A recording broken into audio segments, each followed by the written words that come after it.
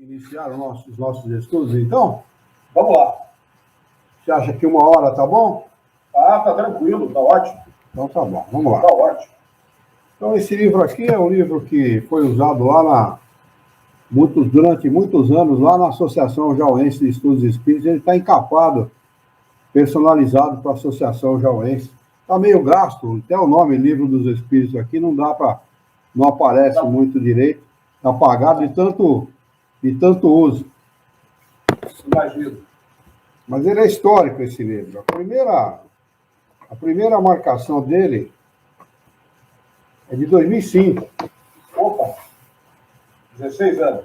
Ele tem 16 que ele está sendo usado, mas eu usei um meu, que a associação não tinha na época, então eu usei o meu, que também é da LAC, os primeiros 3 anos de existência da associação, 4 anos de existência da associação, eu usei o meu.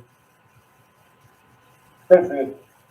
Muito bem. Então, abrindo aqui na primeira página, na contracapa do livro, está o nome do livro, O Livro dos Espíritos, tradução de José Herculano Pires. Logo em seguida, as obras de Allan Kardec, que a LAC coloca, ou quem ouve por bem colocar aqui as obras de Kardec, mas a gente sabe que as obras não são de Kardec, as obras são dos espíritos superiores. Portanto, eu acho que isso é uma afirmação, poderia-se dizer falsa, porque Kardec cansa de reiterar repetidamente, que a obra não é dele, a obra é dos espíritos. Tanto que ele, de uma forma muito, muito honesta, né, coloca o nome do livro de O Livro dos Espíritos. Perfeito. Né? Não foi por acaso que ele colocou esse nome no livro, não. Né? Realmente foi um livro ditado pelos espíritos.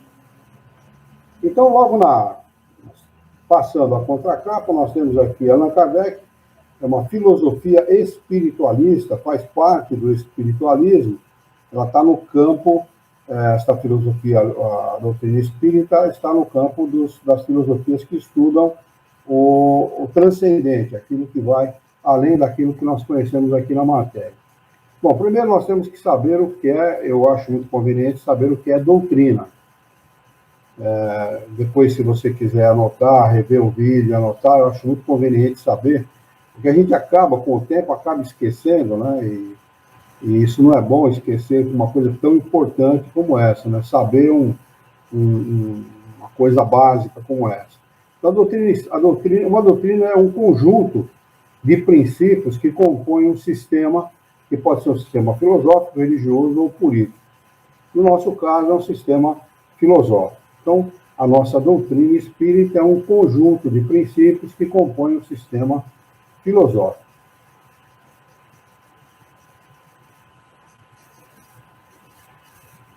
A filosofia significa amor pelo saber. Isso que é o que significa a palavra filosofia. Acho muito importante também saber, né?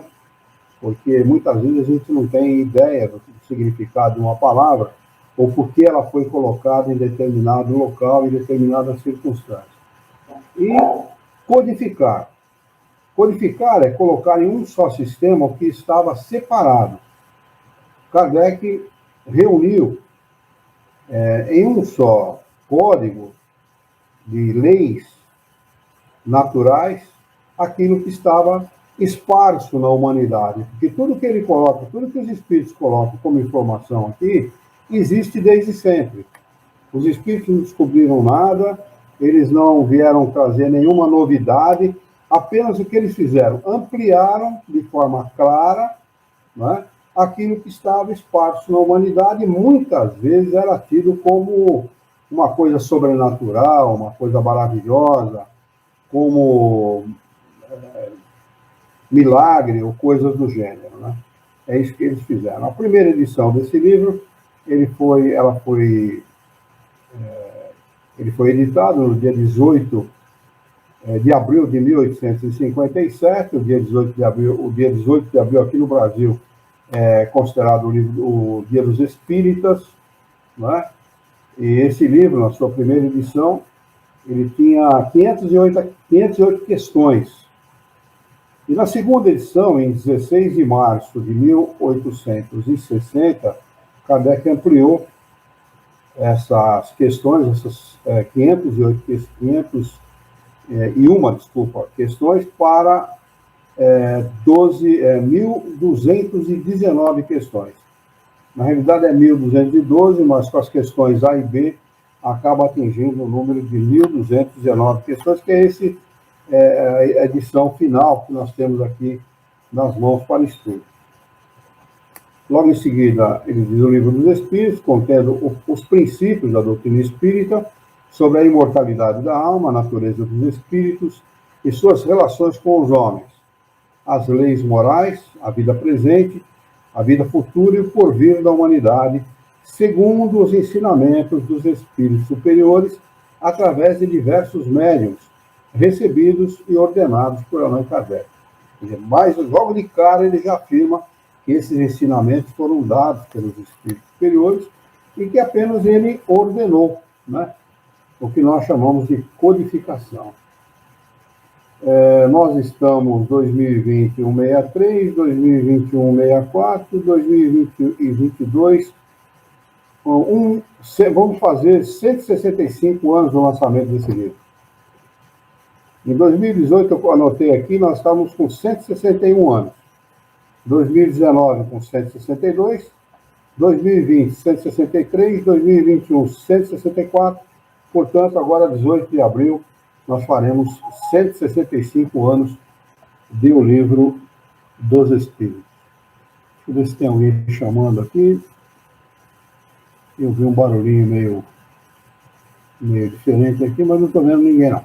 Eu acho que foi meu telefone aqui. Foi seu telefone? Foi lá. Acho que foi. Então, tá bem. Em seguida, nós temos o índice.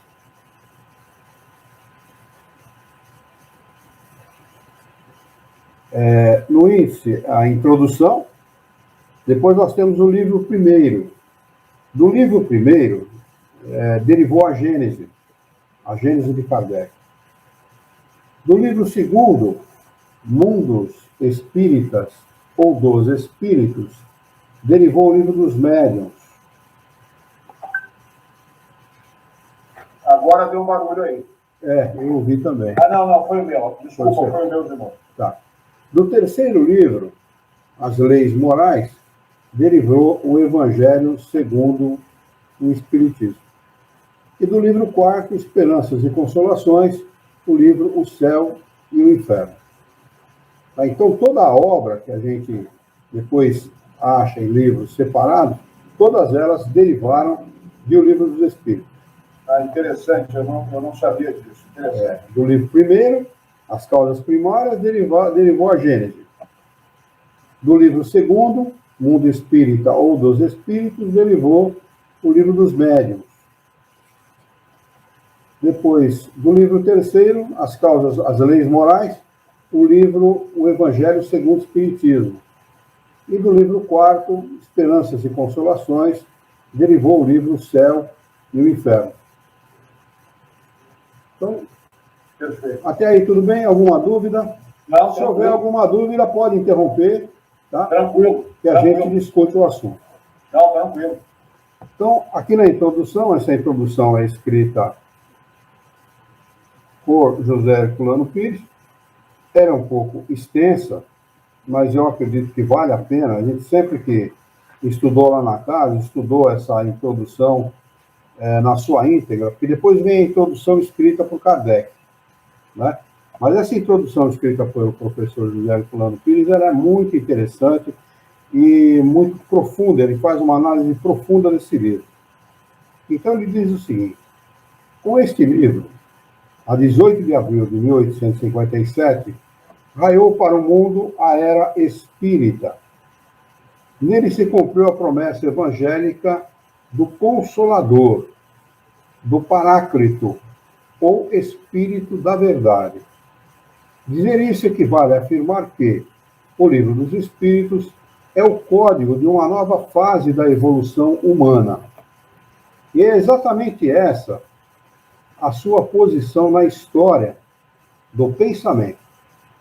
Este não é um livro comum, que se pode ler de um dia para o outro e depois esquecer num canto da estante. Nosso dever é estudá-lo e meditá-lo, lendo-o e relendo-o constantemente. Olha, eu tenho feito isso ao longo desses últimos 20 anos, eu posso garantir que eu sei muito pouco desse livro. Muito pouco mesmo. Conheço alguma coisa desse livro, mas já estou, essa daqui, se nós chegarmos até o fim com ela, e com esses estudos, vai se completar a 9ª vez que eu estudo esse livro. Tá? E cada vez que a gente estuda, leva aproximadamente de 2 anos e 7 meses a 3 anos de estudo, para estudar todo o livro. Né? Quer dizer, realmente é um livro de ciência mesmo, que cada vez que a gente estuda, a gente vai entendendo melhor e mais profundamente esse livro. Né? Então ele segue dizendo o seguinte: sobre este livro se ergue todo o edifício da doutrina espírita. Está aí uma das razões porque eu chamo a doutrina espírita de doutrina, de os livros básicos da doutrina espírita. Eu chamo a obra de Kardec os livros básicos, né? ou obras básicas, exatamente por essa razão. Em cima desses 5 livros, né? Não dos outros, não, são 32 as obras, as chamadas obras de Kardec. Né? São 32. Mas em cima desses 5 é que está edificado, é que está assentado o edifício da doutrina espírita. Então, se nós estudarmos adequadamente esses 5 livros, nós vamos ter a base necessária para poder dizer eu sou espírita, ou para entender a doutrina espírita de uma forma adequada, de uma forma mais, assim, mais consentânea com aquilo que os espíritos pedem para a gente. Por quê? Porque não basta apenas a gente ler essa obra, né, como ele diz aqui. É preciso entender a maneira pela qual os espíritos pensam, que é diferente da gente. Eles vivem numa outra realidade que não é a nossa realidade. A realidade deles é uma realidade completamente diferente da nossa. Consequentemente, o pensamento deles não pode ser o mesmo que o nosso. Então, nós temos que passar a entender por que eles fazem determinadas afirmações, por que é que eles respondem desta ou daquela maneira para Kardec. Né? Tem um momento desse livro aqui que é até muito engraçado, é um pouco hilário. Ele diz para Kardec: olha, faz o seguinte, para de perguntar o que você está perguntando, porque vocês não têm inteligência para entender aquilo que a gente responderia. A inteligência de vocês não alcança, porque não há parâmetro de comparação. O mundo de vocês ainda não existe, no mundo de vocês, parâmetros de comparação para que vocês possam entender tal realidade. É muito interessante, os espíritos, eles realmente... Isso quem fala são os espíritos superiores. São os espíritos superiores. Espíritos superiores a Kardec. A Kardec. Que, na minha opinião, faz parte do grupo do Espírito da Verdade. Tem muita gente que diz assim: eu não sei se é Jesus que ditou essa obra para Kardec. Eu posso afirmar categoricamente que foi sim Jesus que ditou essa obra. Foi porque Kardec faz essa afirmação na Revista Espírita. Uma senhora manda uma carta para ela, não sei se eu já comentei com você, manda uma carta para ele a respeito da filha, que estava com problema, e num determinado momento dessa carta, ela pergunta para Kardec: foi Jesus de Nazaré que ditou a obra espírita para você? E ele responde para ela: e você acha que foi quem? Quem poderia ter sido? Ele fala: foi sim, foi Jesus de Nazaré que ditou. Ele afirma isso categórica e literalmente para essa senhora. Eu nunca tinha prestado atenção. Vê como a doutrina espírita ela é muito interessante. Né? A gente precisa prestar muita atenção naquilo que lê para, das entrelinhas, extrair a verdade, extrair aquilo que a gente precisa conhecer, para saber com o que está lidando, porque é muito difícil a gente dar um foro de verdade a uma coisa subjetiva. Aqui não tem nada de objetivo nessa obra. É tudo subjetivo. não é? Mas a gente é tão racional, é tão lógico, que não há como negar. É muito interessante esse fenômeno que a doutrina espírita produz na gente, né? É tão lógico, é tão racional, que não há como negar, ainda que as afirmações sejam subjetivas, né? E quem lida com ciência está habituado a lidar com coisa que ele pode medir, pesar e sentir. Sim. Né? E aqui não tem nada disso, não existe nada disso. Aliás, as leis estudadas pela doutrina espírita são as leis que estudam o mundo espiritual, o mundo dos espíritos e os espíritos.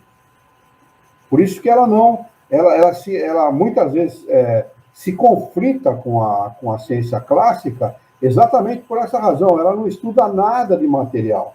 Ela aproveita a ciência clássica, todas as ciências clássicas, de modo geral, ela aproveita, a ciência espírita aproveita para explicar os fenômenos espíritas de maneira lógica e racional, retirando dessa situação tudo que era considerado como maravilhoso, sobrenatural e milagre. Porque uma vez que você conhece a lei de um fenômeno, esse fenômeno deixa de ser milagroso.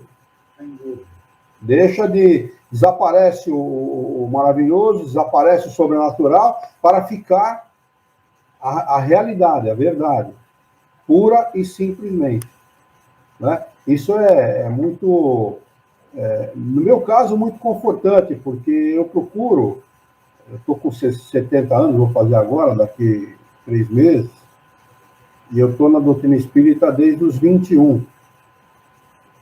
Então, eu procuro, há mais ou menos 40 anos, alguma coisa que me faça me afastar da doutrina espírita, algum erro dentro dessa obra, alguma afirmação desencontrada dentro dessa obra, que me faça desistir da doutrina espírita. E eu já estudei essa obra de cabo a rabo, já estudei a Revista Espírita, todos os volumes, os 12 volumes da Revista Espírita, e você não encontra nada que seja contraditório. Nada, absolutamente nada. Né? Muito bem, seguindo então.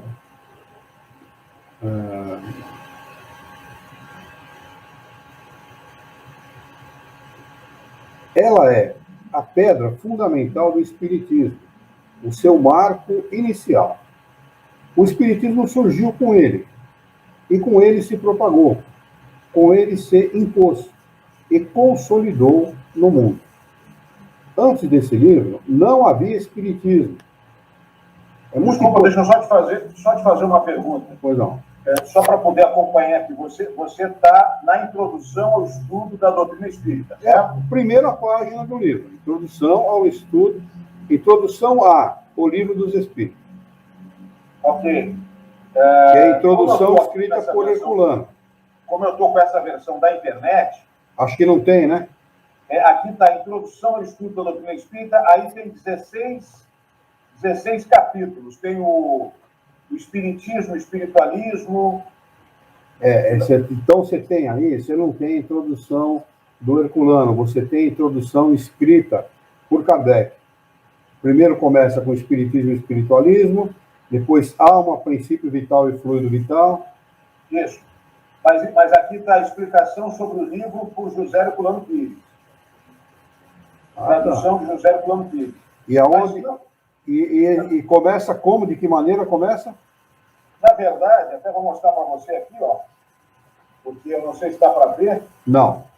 Não dá para ver, né? Não. Bom, o que acontece? Aqui tem, sobre esta obra, aí tem a explicação sobre o livro por José Herculano Pires.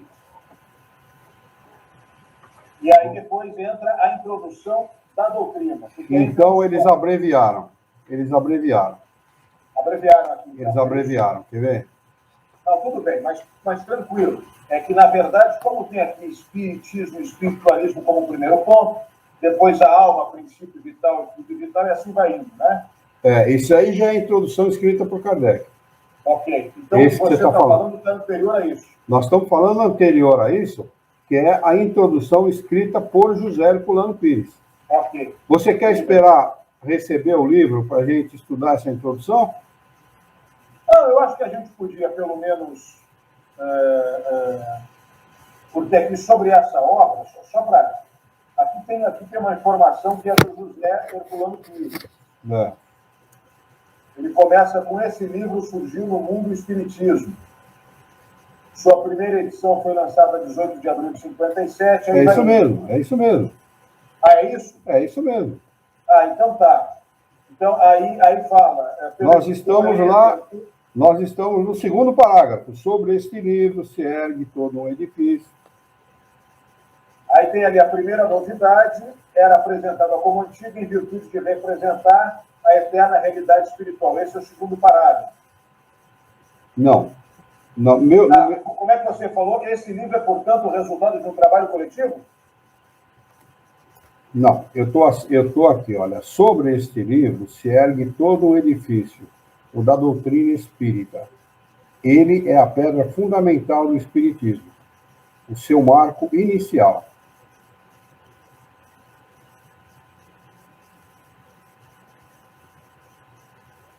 Eu tenho uma outra, mas tudo bem. Está assinado pelo José Herculano.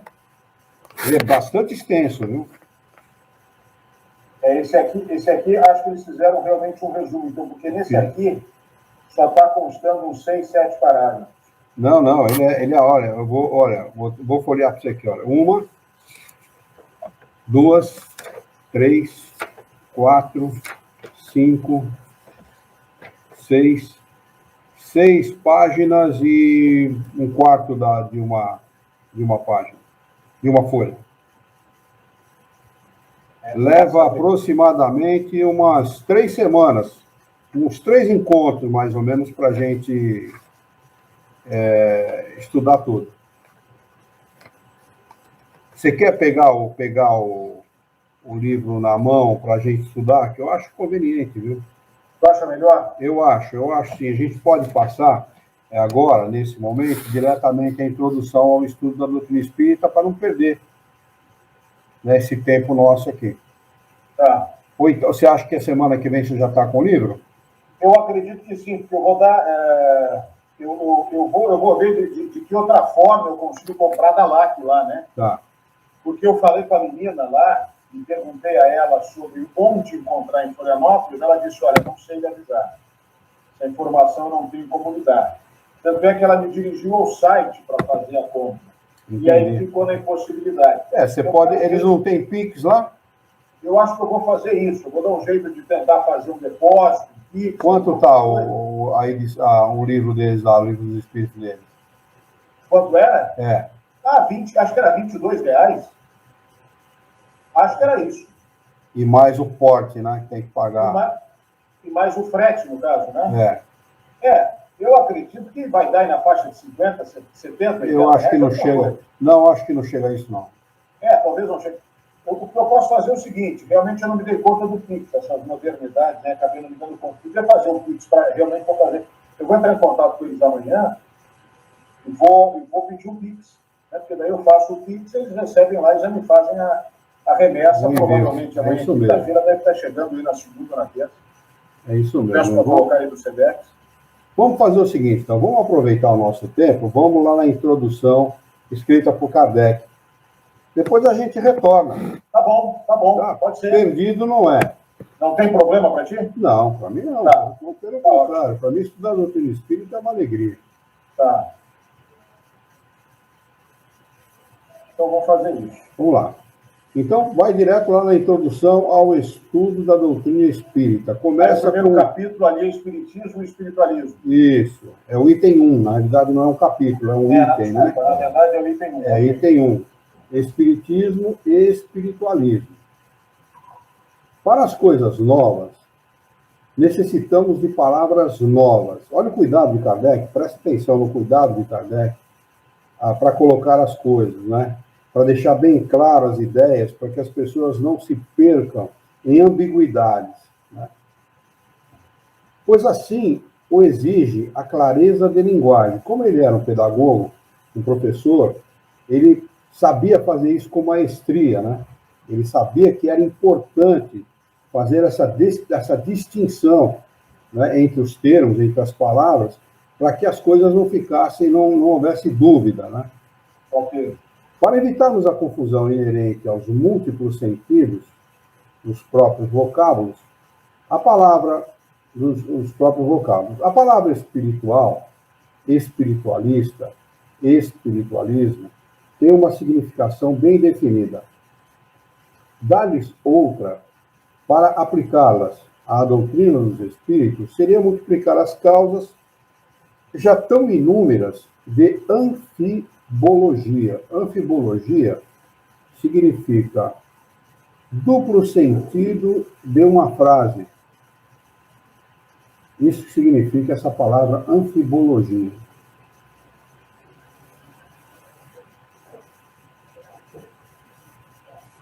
Com efeito, o espiritualismo é o oposto do materialismo. Quem quer que acredite haver em si mesmo alguma coisa além da matéria é espiritualista. Mas não se segue daí que creia na existência dos espíritos. Olha que interessante, né? Essa ideia, né? Ou em suas comunicações com o mundo visível. Ele faz essa distinção, por quê? Porque todo católico é um espiritualista. Sim. Todo cristão, basicamente, é um espiritualista. Mas nenhum deles, a não ser o espírita, é espírita. Por quê? A diferença está exatamente no fato de saber da existência, crer na existência dos espíritos e, fundamentalmente, saber de uma lei natural chamada reencarnação. Essa é a grande diferença, né? Então, todo católico é um espiritualista, né? Mas nenhum deles é espírita. Em lugar das palavras espiritual e espiritualismo, empregaremos para designar esta última crença as palavras espírita e espiritismo, nas quais a forma lembra a origem e o sentido radical, e que por isso mesmo tem a vantagem de ser perfeitamente inteligíveis, deixando para espiritualismo a sua significação própria. Diremos, portanto, que a doutrina espírita ou o espiritismo tem por princípio as relações do mundo material com o mundo dos espíritos, ou seres do mundo invisível. Os adeptos do espiritismo serão os espiritistas, os espíritas, desculpe, ou, se o quiserem, os espiritistas. Na realidade, se o movimento espírita brasileiro fosse um movimento sério, passaria a chamar todos os espíritas de espiritista. Porque espiritista é a palavra adequada para você nominar aquele que tem, por princípio, a doutrina dos espíritos. Como especialidade, o Livro dos Espíritos contém a doutrina espírita. Como generalidade, liga-se ao espiritualismo, do qual apresenta uma das fases.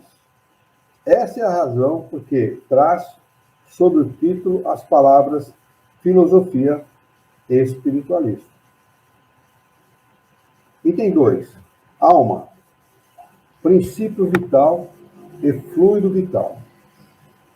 A outra palavra sobre a qual igualmente devemos entender-nos, porque é uma das chaves de toda a doutrina moral e tem suscitado numerosas controvérsias por falta de uma acepção bem determinada. É a palavra alma. A divergência de opiniões sobre a natureza da alma provém da aplicação particular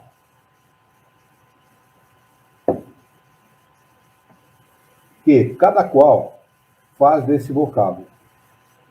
Uma língua perfeita, em que cada ideia tivesse a sua apresentação por um termo próprio, evitaria muitas discussões.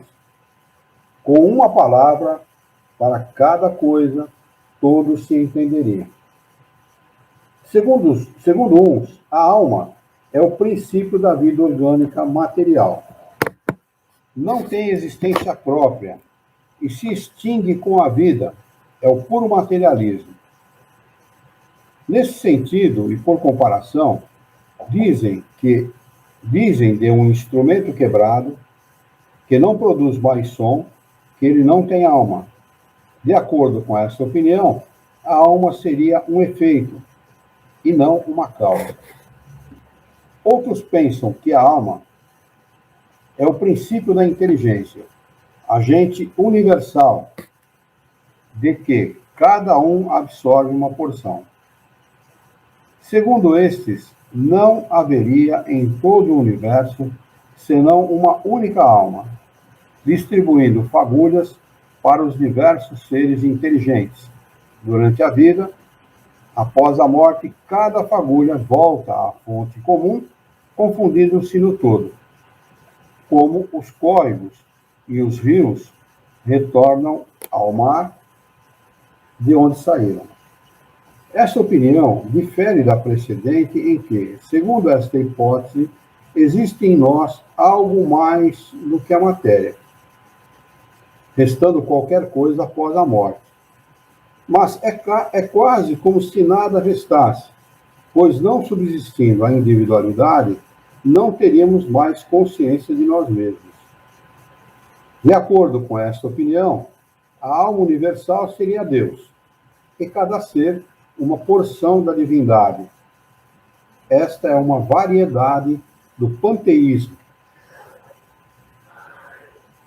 Segundo outros, enfim, a alma é um ser moral, distinto, independente da matéria e que conserva a sua individualidade após a morte. Esta concepção é incontestavelmente a mais comum, porque, sob um nome ou outro, a ideia desse ser que sobrevive ao corpo se encontra em estado de crença instintiva e independente de qualquer ensinança entre todos os povos, qualquer que seja o grau de civilização. Essa doutrina, para a qual a alma é causa e não efeito, é a dos espiritualistas. A Lu, minha filha, está conosco, está lá no YouTube. Boa noite, filha. Bem-vinda, viu? Bem-vinda. Sem discutir o mérito dessas opiniões, e não considerando senão o lado linguístico da questão, diremos que essas três aplicações da palavra alma constituem três ideias distintas que reclamam, cada uma, um termo diferente. Essa palavra tem, portanto, significação tríplice, e cada qual está com a razão, segundo o seu ponto de vista, ao dar-lhe uma definição. A falha se encontra na língua, que não dispõe de mais de uma palavra para três ideias. São três ideias bem distintas, né? Como Kardec explica aqui. Para evitar confusões, seria necessário restringir a acepção da palavra alma a uma de suas ideias. Escolher esta ou aquela é indiferente. Simples questão de convenção. E o que importa é esclarecer. Pensamos que o mais lógico é tomá-la na sua significação mais vulgar, e por isso chamamos alma ao ser imaterial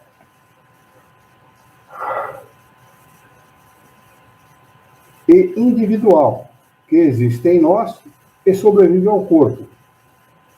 Ainda que este ser não exista, e se não fosse mais que um produto da imaginação, seria necessário um termo para designá-lo. Na falta de uma palavra especial, para cada uma das duas outras ideias chamaremos princípio vital, o princípio da vida material e orgânica, segundo o qual for a sua fonte, que é comum a todos os seres vivos, desde as plantas ao homem. A vida, portanto, podendo existir sem a faculdade de pensar, o princípio vital é coisa distinta e independente. A palavra vitalidade não daria a mesma ideia. Para uns, o princípio vital é uma propriedade da matéria, um efeito que se produz quando a matéria se encontra em dadas circunstâncias. Segundo outros, a ideia mais comum, ele se encontra num fluido especial, universalmente espalhado, para o qual se absorve e se assimila uma parte durante a vida. Como veremos, os corpos inertes absorvem a luz. Este seria, então, o fluido vital, que, segundo certas opiniões, não seria outra coisa senão o fluido elétrico animalizado, também designado por fluido magnético, fluido nervoso e etc. Não quebra a cabeça agora com esses termos, porque tudo que ele falou aqui, fluido magnético, fluido nervoso, fluido elétrico animalizado e fluido vital, é tudo uma coisa só. Tá? É que as opiniões de alguns designaram esse mesmo fluido, que Kardec chama de fluido vital, por fluido elétrico animalizado, fluido magnético e fluido nervoso. Okay. É uma coisa só. Esse fluido vital, ele tem a propriedade dele é dar vida, ânima ao corpo. Sem o fluido vital não há vida. Seja como for, há um fato incontestável, pois resulta da observação. E é que os seres orgânicos possuem uma força íntima que produz o fenômeno da vida, enquanto essa força existe. Que a vida material é comum a todos os seres orgânicos e que ela independe da inteligência e dos pensamentos. Que a inteligência e o pensamento são faculdades próprias de certas espécies orgânicas. Enfim, que entre as espécies orgânicas dotadas de inteligência e pensamento, há uma dotada de um senso moral especial que lhe dá incontestável superioridade perante as outras, e que é a espécie humana. Compreende-se que, com a significação múltipla, a alma não exclui o materialismo nem o panteísmo. Mesmo o espiritualista pode muito bem entender a alma segundo uma ou outra das duas primeiras definições, sem prejuízo do ser material distinto, ao qual dará qualquer outro nome. Assim, essa palavra não representa uma opinião, é um proteu, que cada qual ajeita ao seu modo, o que dá origem a tantas disputas intermináveis. Evitaríamos igualmente a confusão, mesmo empregando a palavra alma nos três casos, desde que lhe ajuntássemos um qualificativo para especificar a maneira pela qual a encaramos ou a aplicação que lhe damos. Ela seria, então, um termo genérico, representando ao mesmo tempo o princípio da vida material, da inteligência e do senso moral, que se distingue pelo atributo, como o gás, por exemplo, que se distingue ajuntando-se-lhe as palavras hidrogênio, oxigênio e azoto. Poderíamos dizer, e talvez fosse melhor, a alma vital para designar o princípio da vida material, a alma intelectual para o princípio da inteligência e a alma espírita para o princípio da nossa individualidade após a morte. Como se vê, tudo isso é uma questão de palavras, mas questão muito importante para nos entendermos. Dessa maneira, a alma vital seria comum a todos os seres orgânicos, plantas, animais e homens. A alma espírita pertenceria somente ao homem. Acreditamos dever insistir tanto nessas explicações, quanto a doutrina espírita repousa naturalmente sobre a existência em nós de um ser independente da matéria e que sobrevive ao corpo, devendo repetir frequentemente a palavra alma no curso dessa obra, tínhamos de fixar o sentido em que a tomamos, a fim de evitar qualquer engano. Vamos agora ao principal objetivo desta instrução preliminar.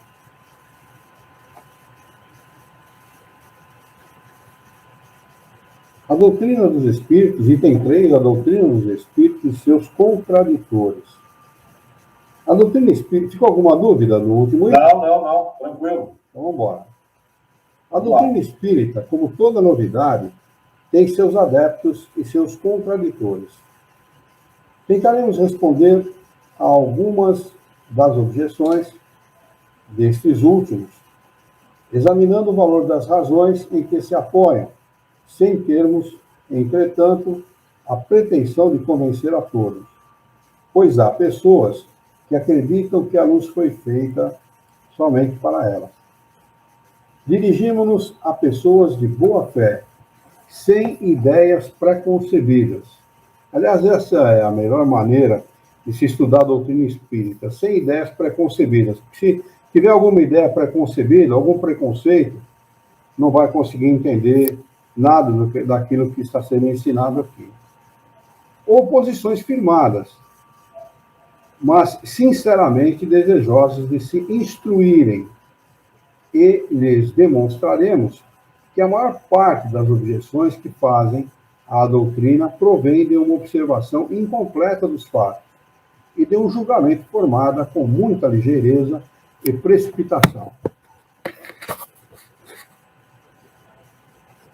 Recordaremos inicialmente, em breves palavras, a série progressiva de fenômenos que deram origem a essa doutrina. O primeiro fato observado foi o movimento de objetos.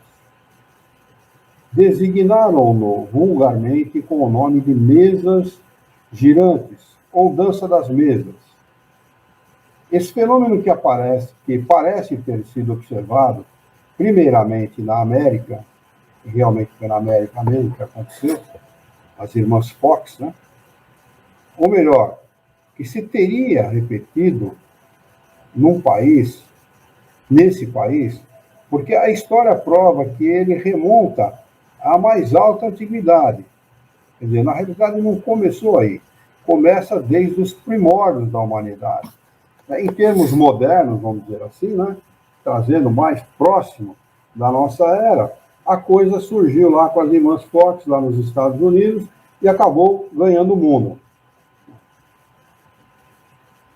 Produziu-se acompanhado de circunstâncias estranhas, com ruídos insólitos e golpes desferidos sem uma causa ostensiva conhecida. O que ele está se referindo, ele não cita nome aqui, mas ele está se referindo às irmãs Fox.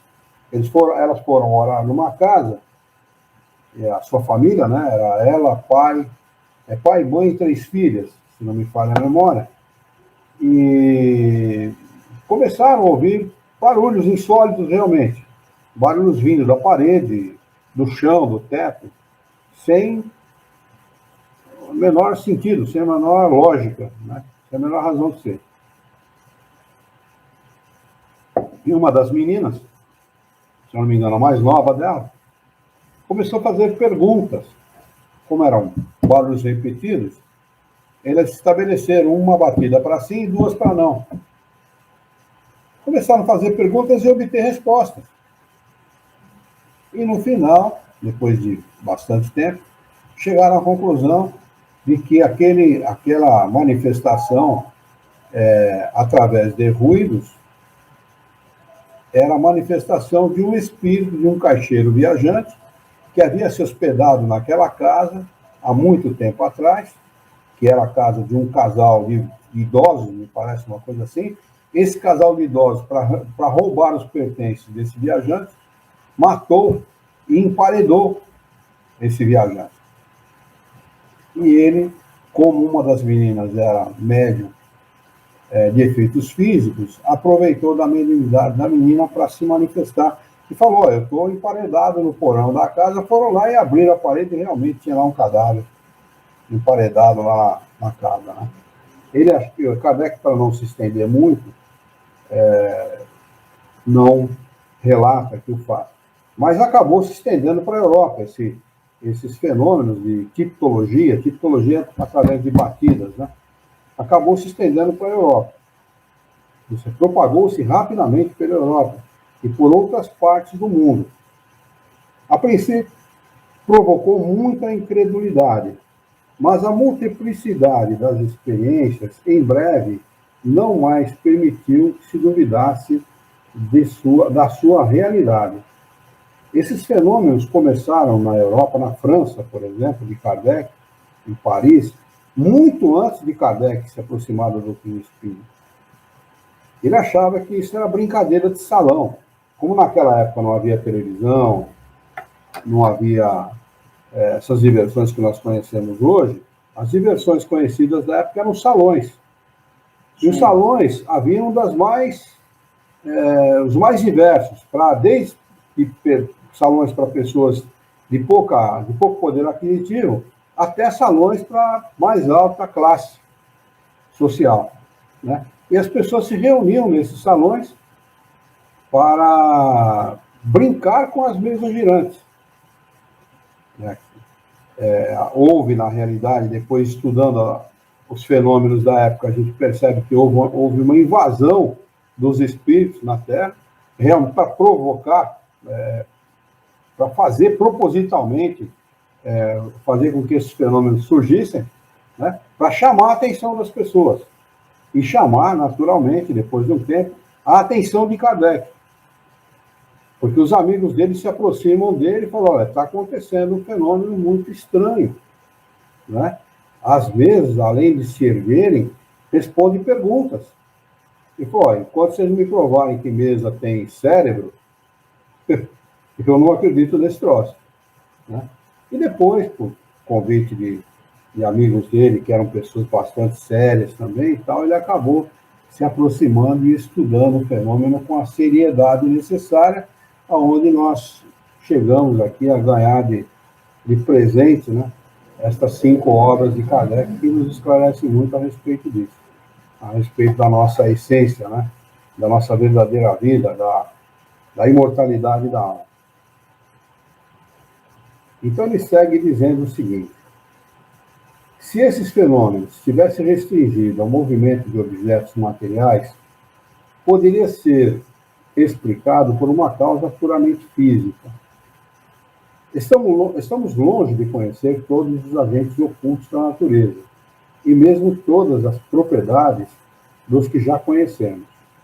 A eletricidade, aliás, multiplica diariamente ao infinito os recursos que oferece ao homem, e parece dever iluminar a ciência com uma nova luz. Não haveria, portanto, nada de impossível em que a eletricidade, modificada por certas circunstâncias, ou qualquer outro agente desconhecido, fosse a causa desse movimento. A reunião de muitas pessoas, aumentando o poder de ação, parecia dar apoio a essa teoria, porque se poderia considerar essa reunião como uma pilha múltipla, em que a potência corresponde ao número de elementos. Aliás, houve teorias nesse sentido na época. O movimento circular nada tinha de extraordinário, pertence à natureza. Todos os astros se movem circularmente.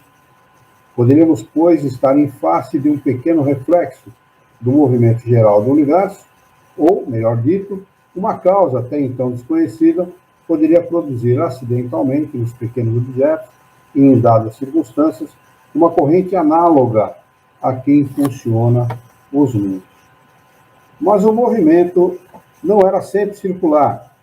Frequentemente era brusco, desordenado, o objeto violentamente sacudido, derrubado, conduzido a uma direção qualquer e contrariamente a todas as leis da estática, suspenso e mantido no espaço.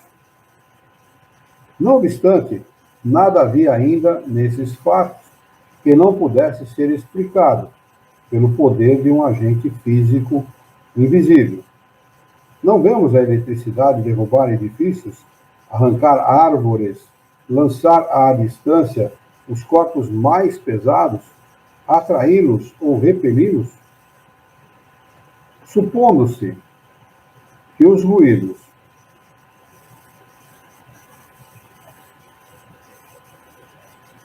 insólitos e os golpes não fossem efeitos comuns da dilatação da madeira ou de qualquer outra causa acidental, poderiam ainda muito bem ser produzidos por acumulação do fluido oculto.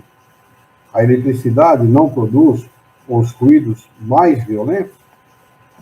Até esse momento, como se vê, tudo pode ser considerado no domínio dos fatos puramente físicos e fisiológicos. E sem sair dessa ordem de ideias, ainda haveria matéria para estudos sérios, digna de prender a atenção dos sábios. Por que não aconteceu assim? É penoso dizer, mas o fato se liga a causas que provam, entre mil outras semelhantes, a leviandade do espírito humano. De início, a vulgaridade do objeto principal, que serviu de base às primeiras experiências, talvez não lhe seja estranho. Que influência não teve uma simples palavra, muitas vezes sobre coisas mais graves, sem considerar que o movimento poderia ser transmitido a um objeto qualquer, prevaleceu a ideia da mesa, sem dúvida por ser o objeto mais cômodo e porque todos se sentam mais naturalmente em torno de uma mesa do que qualquer outro modo. Ora, os homens superiores são às vezes tão pueris que não seria impossível certos espíritos de elite se julgarem diminuídos se tivessem de ocupar-se daquilo que convencionaria chamar a dança das mesas. É mesmo provável que, se esse fenômeno observado por Galvani ou tivesse sido por homens vulgares e caracterizados por um nome burlesco, estivesse ainda relegado ao lado da varinha mágica. Qual sábio que não se teria julgado diminuído ao ocupar-se da dança das rãs? Alguns, entretanto, bastante modestos para aceitarem que a natureza poderia não lhes ter dito a última palavra, quisessem ver para a tranquilidade de consciência. Mas aconteceu que o fenômeno nem sempre correspondeu à sua expectativa. E, por não ser produzido constantemente à sua vontade e segundo a sua maneira de experimentação, concluíram pela negatividade. Daí a grande diferença entre os fenômenos espíritas e o fenômeno material. O fenômeno material você leva qualquer material para um laboratório, experimenta ele e reproduz o fenômeno quantas vezes você quiser. O fenômeno espírita não é assim. Por quê? Porque você está lá lidando com seres inteligentes que têm vontade. Eles podem ou não se manifestar segundo a sua própria vontade, segundo as necessidades, segundo as conveniências. Quer dizer, um fenômeno completamente diferente dos fenômenos materiais, aos quais os cientistas da ciência clássica estão ligados. Por isso que eles não veem o fenômeno espírita, e muitos contestam isso, como uma ciência. Deixa eu te fazer uma dúvida aí nesse ponto da possibilidade, da necessidade, da manifestação do espírito, né? Essa é uma decisão do próprio espírito em relação ao quê? Quando o espírito aparece, né, a possibilidade do espírito aparecer, né?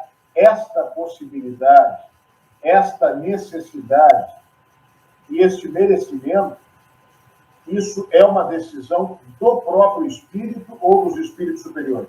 Não, a decisão, dependendo do grau de evolução do espírito, ele precisa de ordem de espíritos superiores. Mas para que o fenômeno ocorra, demanda uma série de fatores, que podem impossibilitar a sua manifestação, ainda que ele tenha autorização para fazer. Não são só esses 3 pontos, necessidade... Não, os três pontos são fundamentais. Mas, primeiro, para que ele promova um fenômeno material, ele precisa ter por perto, não precisa ser necessariamente na mesma casa, mas por perto um médium de efeito físico. Para que ele possa extrair desse médium o fluido necessário, combinar com os seus fluidos e promover a manifestação, promover o fenômeno. Da materialização. Por exemplo, tá? A materialização de um espírito. Quando o espírito se materializa, qualquer um vê. Não precisa ser necessariamente um vidente. Qualquer um que tenha visão, tá? A visão normal, a visão do corpo físico, vê o espírito. Né? É um fenômeno onde o espírito aparece para todas as pessoas que estejam naquele ambiente. Né? Mas há uma série de... Há também a conveniência. Né? É conveniente promover aquele fenômeno naquele momento? Quem vai participar desse fenômeno está maduro para participar desse fenômeno? Qual seria o impacto sobre as pessoas que vão participar desse fenômeno? Essa compreensão exatamente. Outro detalhe muito importante: os espíritos, eles não gostam de curioso. De curioso? Curioso. E eles têm essa percepção? E tem essa percepção, sim. Né? Porque o curioso não está ali para se instruir. Está ali porque ele quer passar o tempo e... Ele está ali porque ele duvida e ele quer, pelo seu orgulho, a sua vaidade, a sua prepotência, que lhe prove que aquilo é verdadeiro. Ou seja, está ali com outro fundamento. O propósito é outro. O propósito não é instrução. O propósito não é aprender, não é extrair conhecimento daquela situação. Sabe? Isso é extremamente importante. Mas isso, eu estou citando alguns dos fatores, são N fatores. Tá? Vontade do espírito, o humor de quem está participando daquela reunião, o pensamento de quem está participando daquela reunião. Isso é muito importante. A qualidade fluídica do ambiente é muito importante. Então, há uma série de fatores que podem predispor ou não para que aconteça um fenômeno desse teor. Não é? Mas os espíritos, eles têm vontade. Então, Kardec fala sempre muito isso. Para que você observe um fenômeno, isso aconteceu com ele participou de centenas de reuniões com o propósito de verificar aquele fenômeno especificamente. E às vezes em uma não acontecia, em outra não acontecia, até que numa determinada reunião aconteceu o fenômeno, ele pôde observar e anotar. É tão sensível, tem propriedades tão características, que, por exemplo, Kardec, quando se aproxima da doutrina espírita, e ele começa ele entende que os espíritos são realmente sérios e querem instruir as pessoas. Na realidade, primeiro ele tomou instrução para si, né? Estou aprendendo com isso, então deixa eu anotar. O que ele passou a fazer? Ele passou a elaborar as perguntas em casa, antecipadamente. Como houve um encadeamento de ideias, né, ele passou a elaborar as perguntas previamente e a fazer aquelas perguntas naquela sequência para dar a oportunidade aos espíritos de ensinar a respeito daquele assunto. Bom, consequência. A reunião que era frequentada por 30, 40, 50 pessoas passou a ser frequentada por 2, 3, 4. Por quê? A maioria não gosta de coisa séria. A maioria não se atém a coisa séria. Mas a maioria diz assim... Isso acabou sendo muito positivo, porque sim, teve evidente. Uma asepsia do ambiente. Evidente. Sobretudo uma asepsia fluídica, né? Então, muita gente diz assim, coisa séria é muito chata. Ou seja, ele não está maduro ainda para lidar com esse tipo de assunto e para perceber que nesse tipo de situação ele pode extrair conhecimento, que é o fundamental. O objetivo tem que ser sempre esse, extrair conhecimento daquela situação. Nós estamos aqui para isso. Depois de estudar a obra de Kardec, a gente percebe que a gente está encarnado para aprender basicamente duas coisas. Extrair conhecimento de tudo, de todas as coisas que ocorrem na nossa vida e aprender a trabalhar. Isso é ensinamento dos espíritos, viu? E quando eu li isso, eu falei, poxa, a gente está aqui para aprender a trabalhar. Né? A trabalhar a informação. Não, a trabalhar mesmo. A trabalhar, a produzir, a ser útil. A elaborar. É interessante observar isso. Né? É interessante. Isso, na verdade, leva logo ali na frente ao tal... É um dos fatores que leva ao tal processo de evolução. Sim, na realidade, esse processo evolutivo, a progressão dos espíritos, ela se dá da seguinte maneira. Você viu que os espíritos esclarecem que nós temos dois atributos básicos, a inteligência e o pensamento. Com a evolução, com o progresso do espírito, ele também progride intelectualmente. Ele aprimora a sua inteligência. E o aprimoramento da inteligência é mais importante para os espíritos da nossa categoria evolutiva que o aprimoramento moral, no primeiro momento. Por quê? Porque quem tem uma boa intelectualidade, ele tem discernimento. Ele discerne mais facilmente aquilo que é conveniente para ele daquilo que não é. O que é bom para ele daquilo que não é. Então, é muito importante ter uma boa evolução intelectual, uma inteligência desenvolvida. Essa inteligência desenvolvida vai passar a dar uma sustentação para o pensamento de tal ordem que ele vai acabar desenvolvendo uma coisa chamada vontade.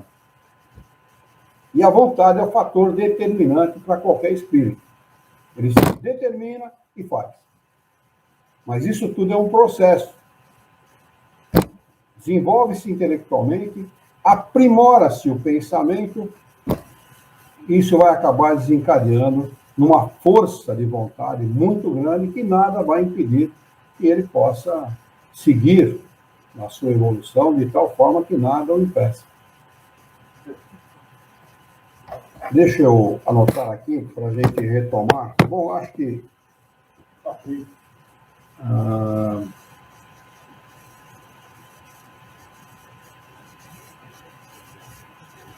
Vamos só acabar esse parágrafo para a gente poder anotar aqui. Tá bom.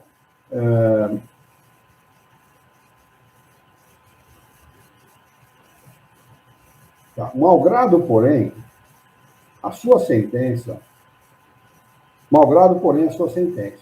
As mesas, pois, que as mesas continuam a girar, e podemos dizer com Galileu, contudo, elas se movem.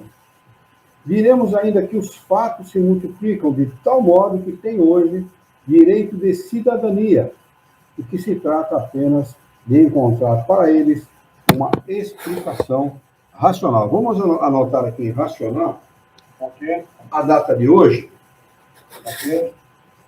12/1/22, para a gente retomar na próxima quarta-feira, ou começar a introdução do Herculano, conforme, sim, conforme aí você arrumar o livro. Na verdade, quando eu falei com a moça na segunda-feira, e aí foi um erro meu, eu acabei não pensando nessa alternativa que você deu, do que eu deveria ter. Eu imagino que eles devam ter essa possibilidade. Sim, deve ter, sim, com certeza. Um cartão. Creio eu que sim, né? E eu não me dei conta no momento desse episódio do Pix. Mas amanhã eu estou com o telefone da LAC aqui, fica lá no Brás, né? É no Brás. A gente compra dele, já faz 20 anos que a gente compra dele.